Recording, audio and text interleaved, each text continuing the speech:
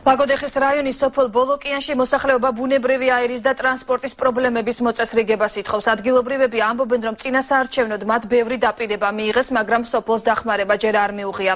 მოზარდებს სკოლამდე მისასვლელად რამდენიმე კილომეტრის გავლა ფეხით უწევთ. გამგეობაში ამბობენ, რომ არსებულ პრობლემებს იცნობენ და მის მოგვარება შეეცდებიან.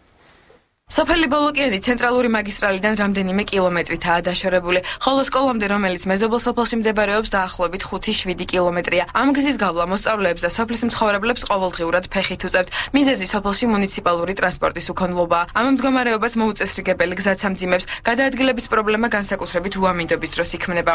გზის უქონლობა, არ არის დაგებული ასფალტი, ძალიან უჭირს ტრანსპორტს მოძრაობა ამ გზაზე, არ შემოდის არც ავტობუსი, არც ტაქსი, რო ვთხოვოთ, რომ წაგვიყვანო, არ მოდიან, იმიტომ რომ გზას ერიდებიან. რაც დაბადებულად ჩვენ სოფელ ტრანსპორტი არ ყოლია. დავდივართ ფეხით. 3 კილომეტრს გადავდივართ ცენტრალურ გზამდე, რომ გავყვეთ თბილისისკენ მიმართულების მარშრუტკას ან ლაგოდეხის. 4 კილომეტრს. ნებისმიერ სოფლებში ასფალტია დაგებული, ნებისმიერ სოფელში შუქია, გაზი აქვს ჩვენ ბოლოკიაში იმედა ის